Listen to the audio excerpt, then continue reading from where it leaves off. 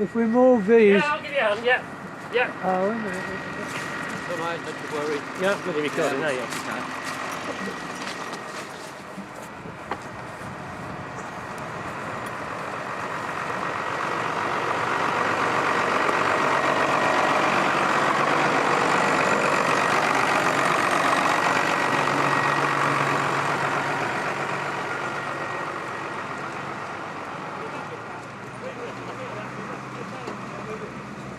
So the trees have changed colour a bit, haven't they? Pardon? The trees have changed colour. Well, when the sun comes out, they go green, if you notice. That's because of the moss on them that you don't see when the sun is there.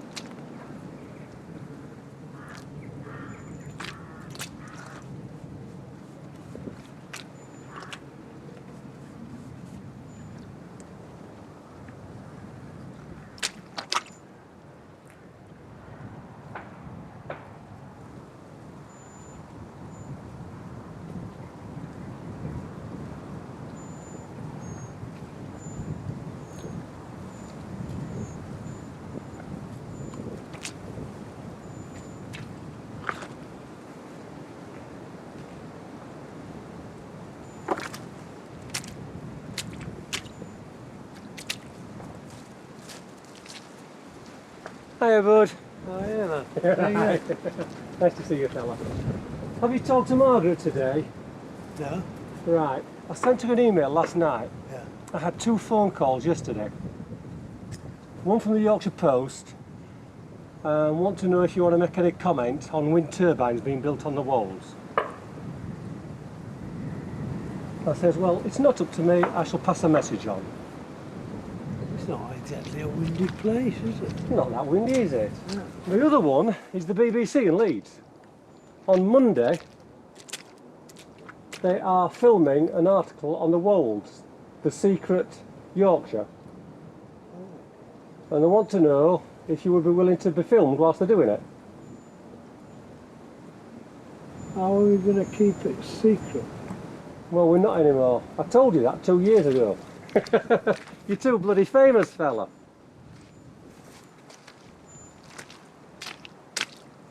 The light is good today.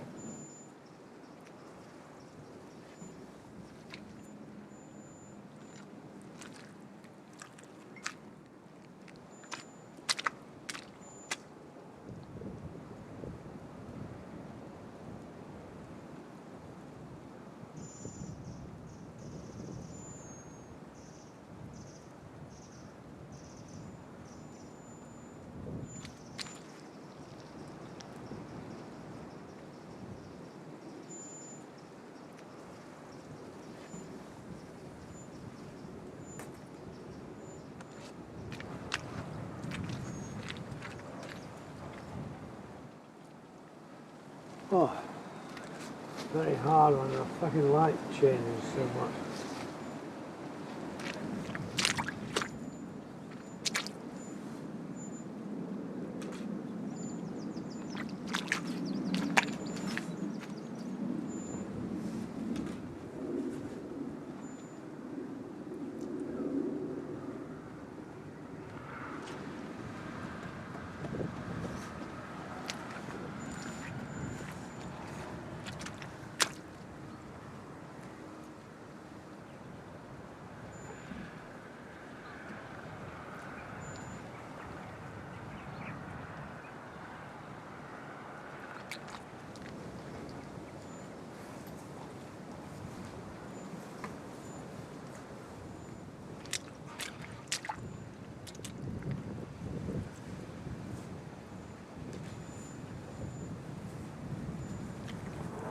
Oh, I see.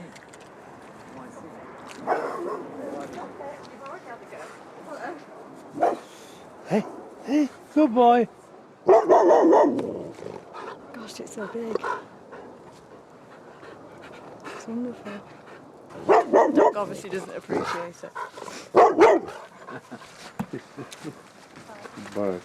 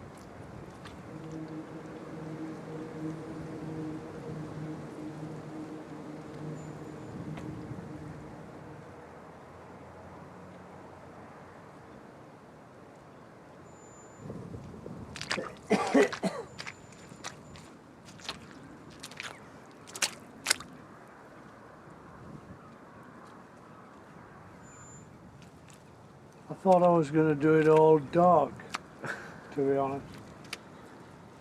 Because you were talking about black trees, weren't you, to begin with? Yeah. Well, they're not, are they?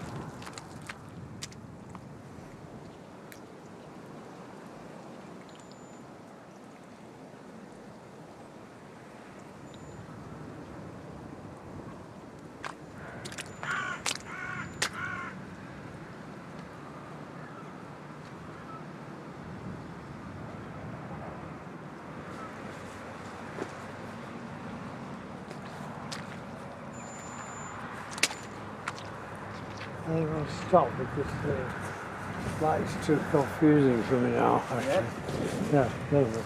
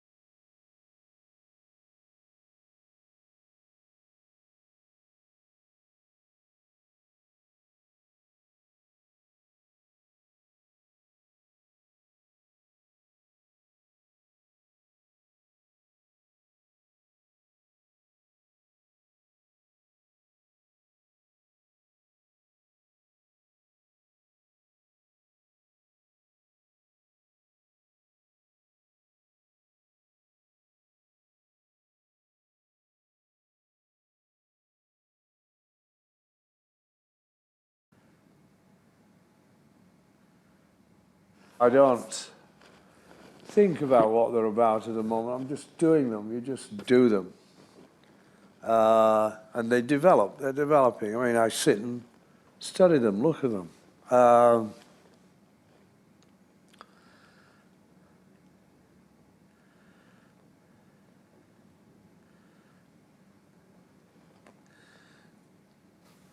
like looking at them, though, yeah. Mo McDermott, my late assistant, used to say to me, "I'm your second greatest fan, David." At first I thought he meant my mother was the first. Still, if you didn't like them, you wouldn't go on, would you, really? No. You paint them all for yourself, actually. Yeah. I live in the three-dimensional world. I'm only saying that because we're three-dimensional creatures, but a lot of people now are living in a cyberspace is non-dimensional, isn't it? But we're three-dimensional. Cyberspace isn't a place. I thought perhaps we were losing our sense of place. Perhaps because of cyberspace. You know, the odd thing is I've spent my life painting. I'm fascinated by two dimensions, which doesn't exist in nature, does it? No, two dimensions. It's a theoretical thing, actually. which is probably why we're interested in pictures. Two dimensions is just, I mean, we get an illusion of two dimensions, which might be to do with our size, I suppose, isn't it? Because if we were tiny, the rough sheet of paper would seem like mountains. The canvas would seem like... so it's to do with our scale, isn't it, that we see things flat, or think they're flat. So we must be attracted. We're attracted to them. I mean, you can copy two dimensions onto two dimensions. You can't copy three dimensions onto two. You have to translate it. You have to interpret it. Painting has to be interesting.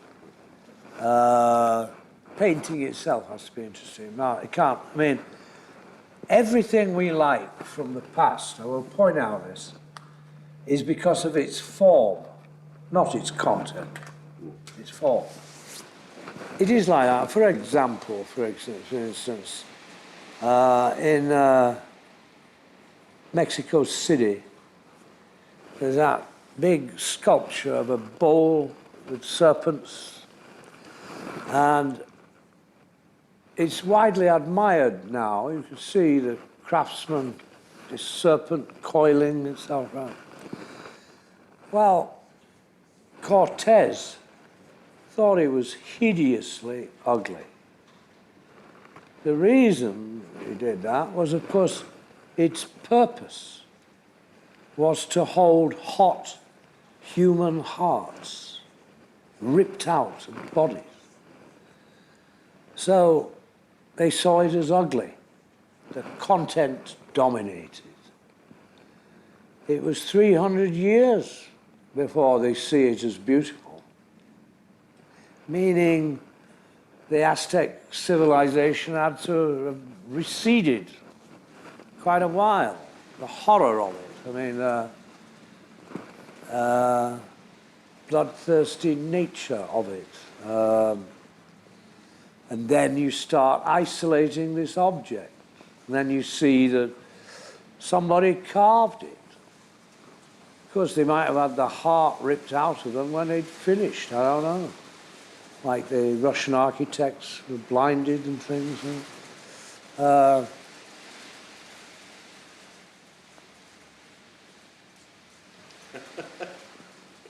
Well, it's just a story about form. That's all I'm going on. I mean, I'm only pointing out we're living in an age where you think, oh, formalism is terrible, and it's all contents, all its effects, and so on. Because I don't go along with that really myself much. I see it another way.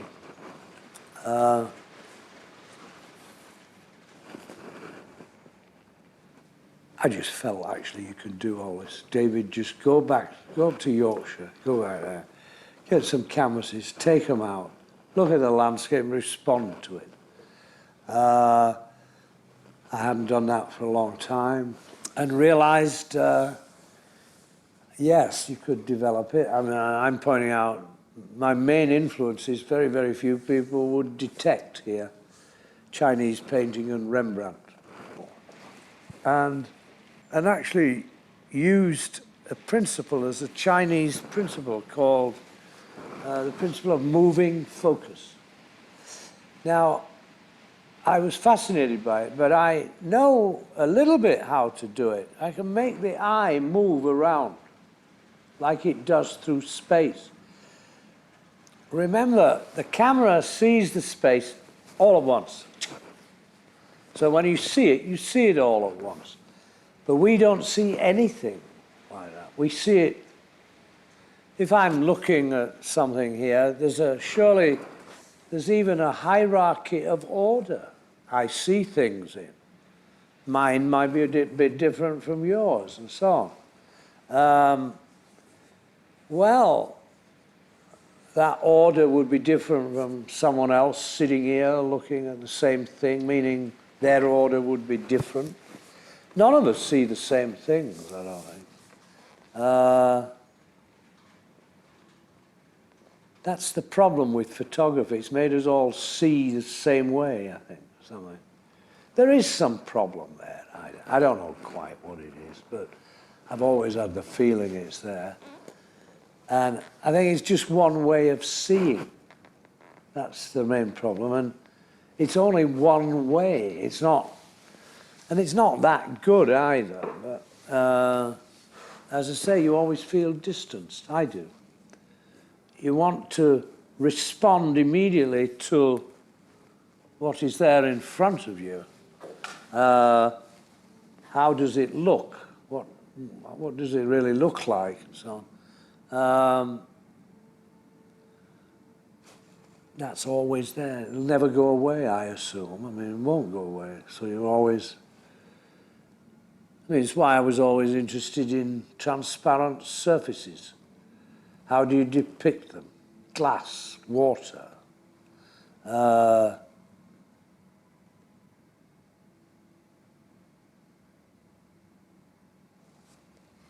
a bit tired now.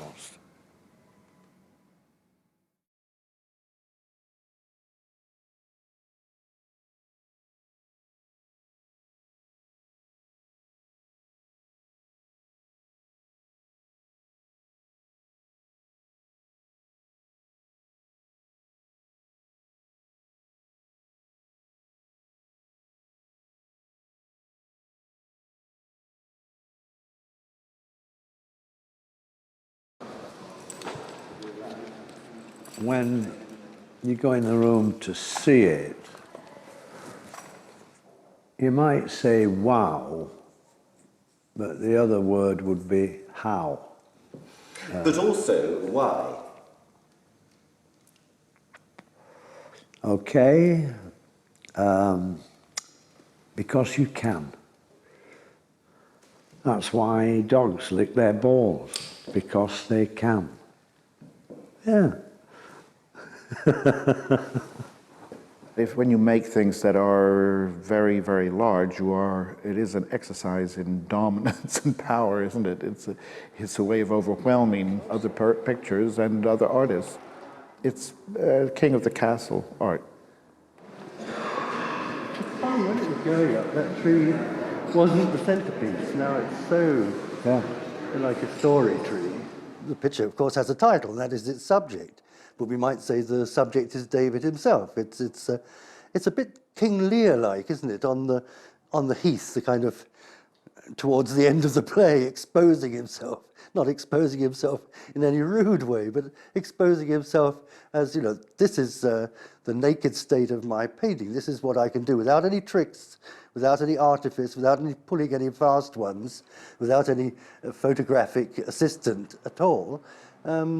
This is it. This is what I can do. And I think that's a beefy kind of last challenge to put yourself through.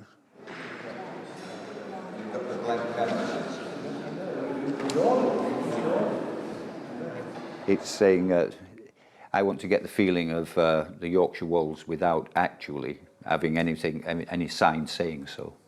It's just, it could be nowhere else in terms of feeling. It's like Bacon said he wants to get the grin without the cat. He wants to get a feeling of angst, or a feeling of Yorkshire, or a feeling of something without spelling it out too boringly. I think he does that by just colour and sense of openness and vistas, and the roll of the hill is all to scale of North Yorkshire. I know that part of the world very well. So could be, you know, it really is that part of the world. It's obeying Ruskin's rules of drawing a tree.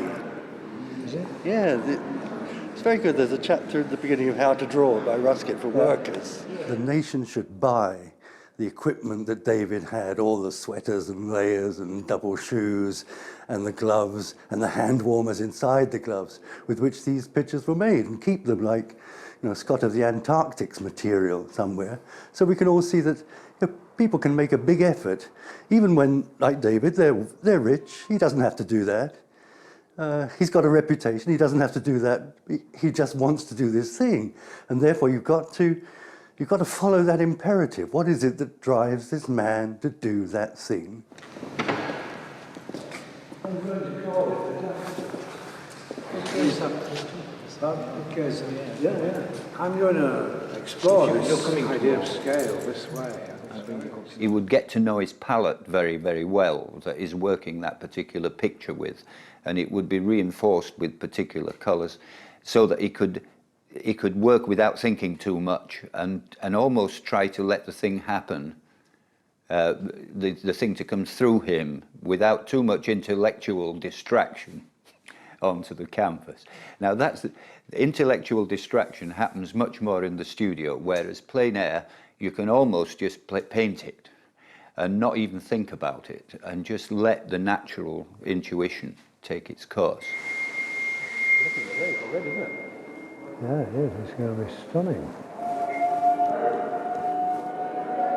He's returned to his roots, hasn't he? He has gone back to where he came from. He's gone back to where he was before he went to the Royal College and became famous, and before he went to California, and before all of it.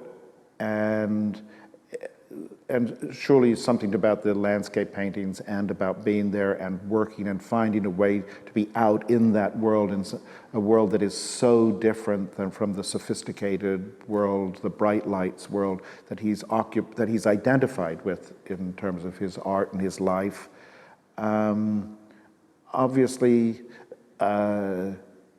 this maybe it seems to me maybe it's become both comforting and exotic. If you live entirely in the countryside, going to Piccadilly Circus is very exciting. But if you live in Piccadilly Circus, sometimes it's the opposite to go to the country. The other thing that you said that I find very useful and very liberating is not to worry about the day changing and the light changing too much. Actually, it doesn't matter so much. Because actually... Because otherwise you're just panic-stricken the whole time. It drives you mad, actually. Yeah. What do you think is the subject of this landscape of Hockney's? Hockney. Pure and simple. I mean, everything in that picture is, you can trace his life history.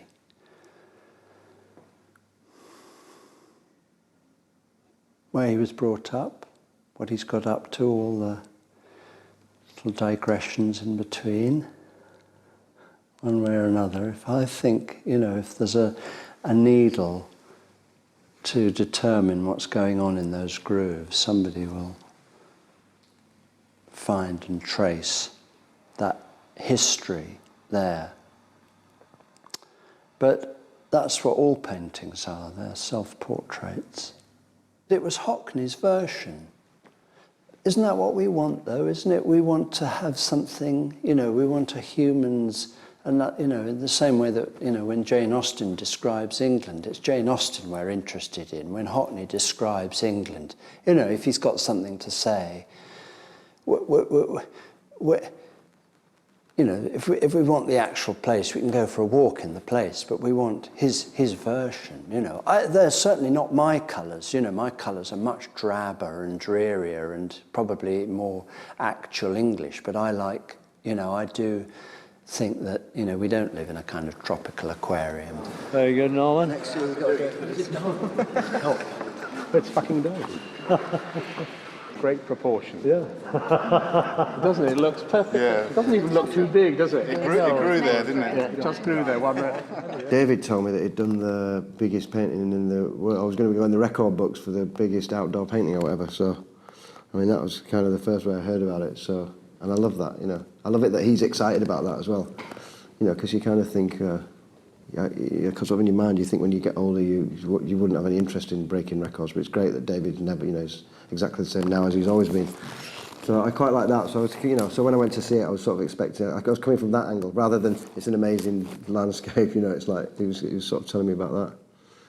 But he also told me another great story. It was when I was in LA because he came to my opening for my show of butterfly paintings that I just did there, called Superstition. But he said to me, "Do you have a problem with the butterflies fading?" And I said, "Yeah." He says, "And do collectors complain about it. I said, yeah, of course they do, definitely. He said, you should just tell them that you've seen artists' careers fade faster. The best view with the three is just in the door. As you come through that Yeah, door, yeah. Now he's really on his own. That's probably true of many artists by the time they get into their 60s and 70s. I mean, they're pitching themselves not against their peers, but against their predecessors. You know, there's one could go here. I don't know whether he has something to prove, or he feels he has something to prove. I think he certainly feels he has something still to discover. And I think it's that which gives his new paintings their interest, for us as well as for him. I mean, you do have this sense of an artist who's continuing to move forward and explore. It would be so easy for him to just sit back and stand still, effectively, and work in an area that is already well known.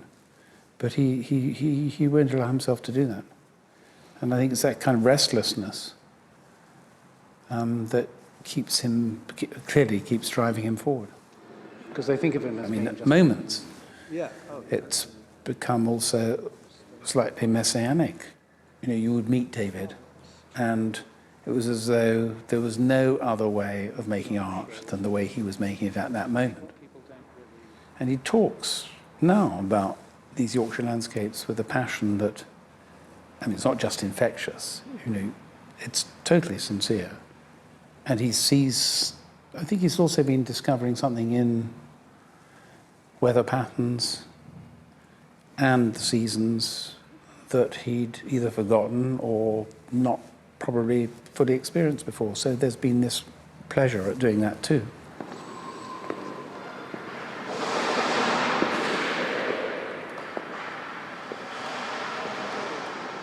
You've become a sort of great old man, really. I mean, a sort of British institution. Yes, but I don't think of myself that way, of course.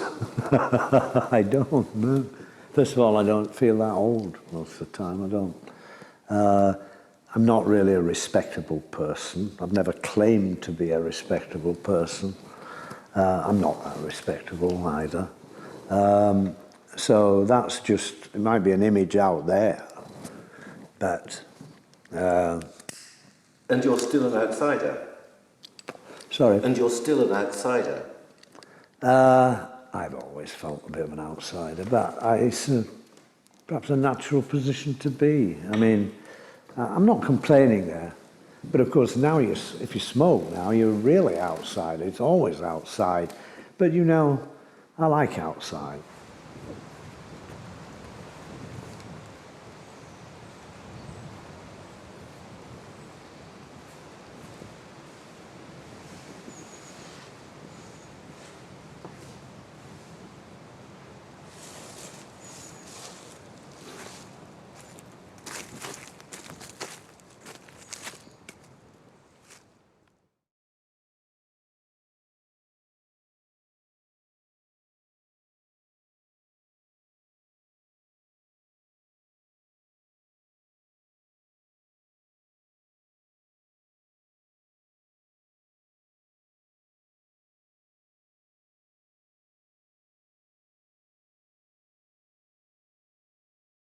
I first got to know David Hockney when I was sent out by the BBC to persuade him to do a film on Picasso. And he agreed. We spent several days talking about it. That didn't work because, for health reasons, he couldn't then travel. And nevertheless, we kept in touch. And in just after 2000, we made a film together about his double portraits.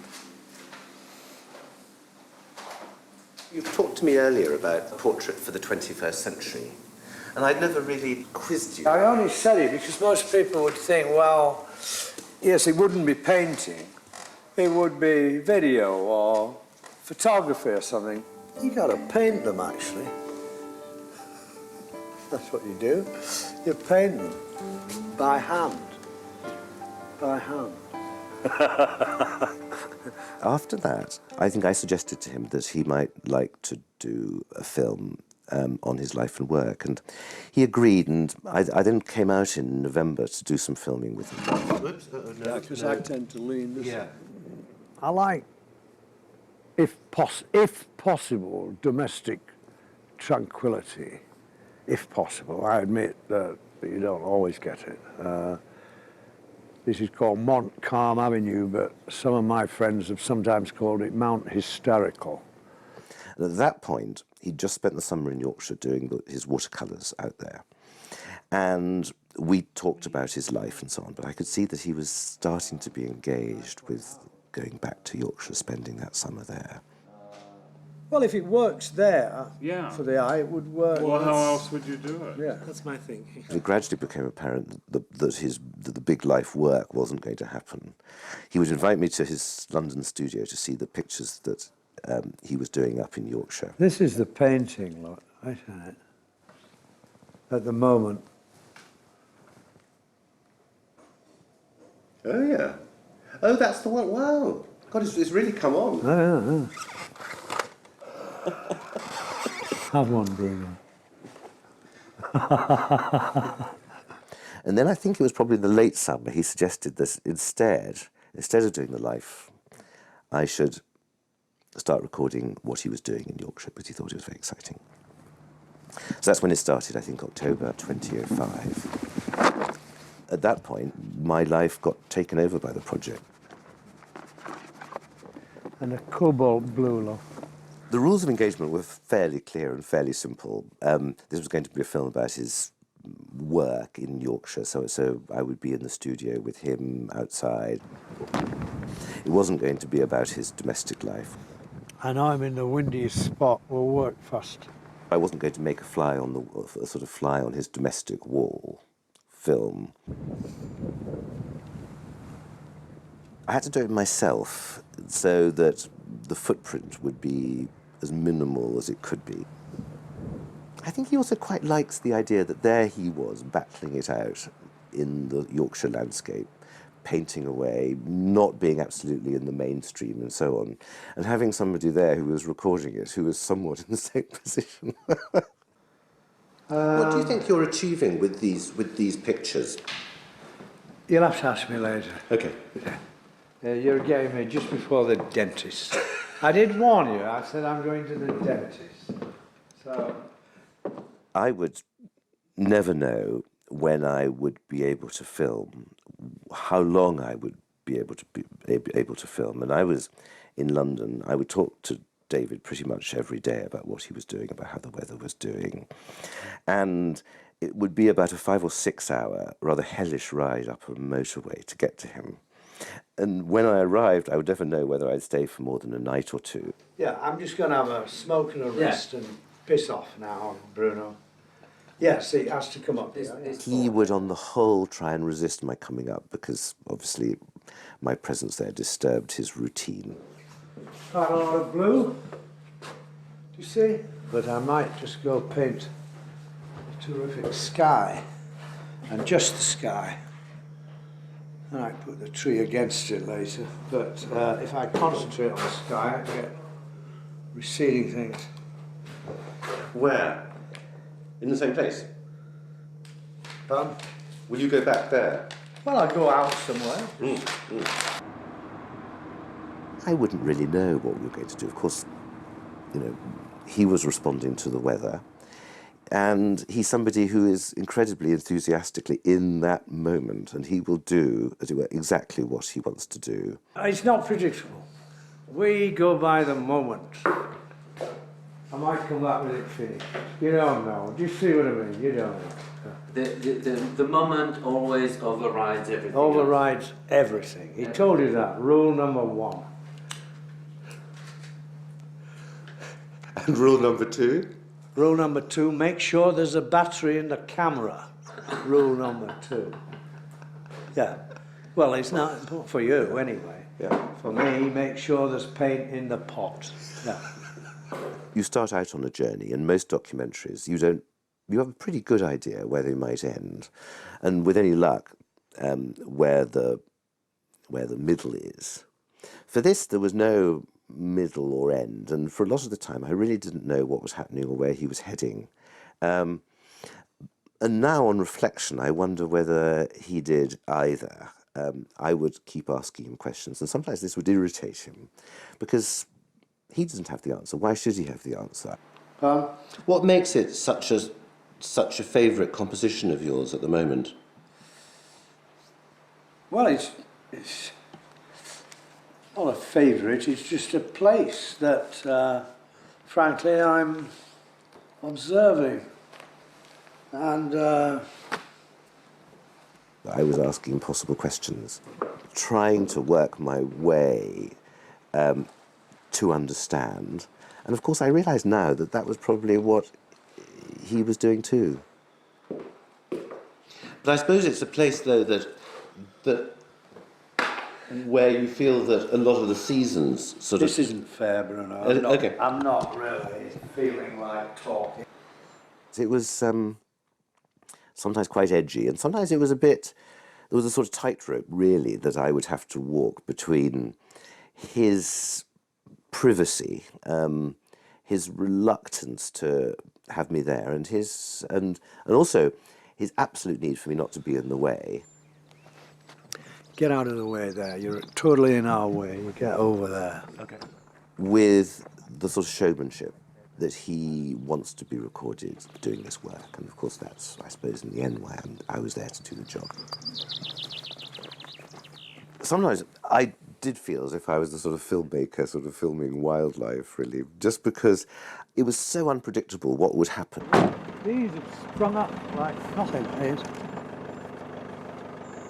This is the one on the wall. Yeah. The yellow's come out fast. Come on, we'll go to the other, come on.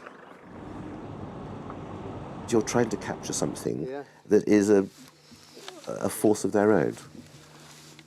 Might look as though there's nothing going on, but there's it's full of action. It's always full of action, actually. Whether I would get anything, whether I would get some fantastic thing, whether he really wanted to talk to me about something, or whether he really just wanted to get on with his work and that I would try and tiptoe my way into recording some of it. And he was in the middle of doing just a massive amount of work. Don't get in the way, brother. Please, please, please. It's hard, you know, it's very, very hard work for us. And I must tell you, I do need the sound. And of course, I didn't know when this project of his was going to end, or indeed when he might pull the plug on me.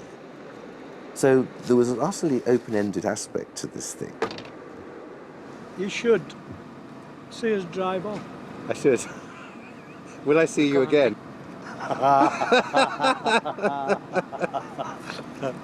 Yeah, we could leave you here. David exercises complete control over what he does. Nobody else works on what he does. It's all his own. And what's quite interesting is that he respects that in others. He doesn't, in no moment did I feel that he wanted to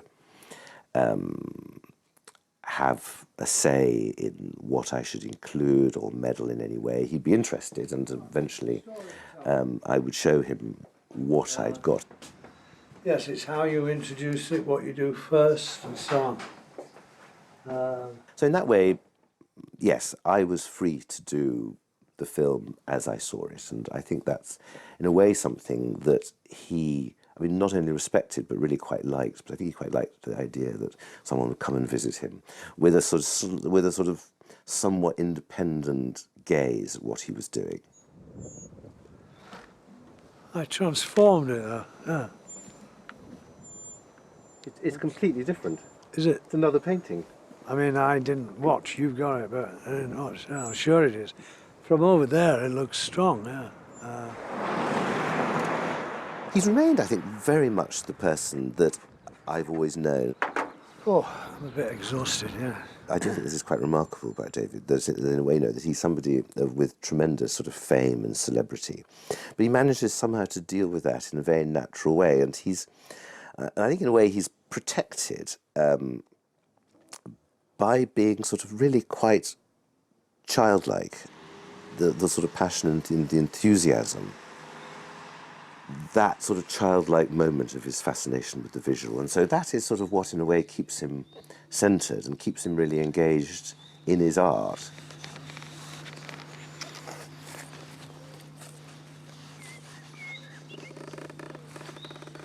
He's reached a stage where he likes the warmth of others around him, but he needs isolation to do the work that he feels, as it were, he has in front of him, and that is really the thing that drives him. There's a sort of restless, driven aspect to it. When I get a bit fed up in London, what I do much prefer is going back up there and sitting, looking at trees, because I think then I'm looking at now. It's now I'm looking at. I think sometimes in London it's just the past they're looking at. None of us, of course, can see the future, but some are just too obsessed with the past, whereas I'd rather be now. It's the now that's eternal, isn't it?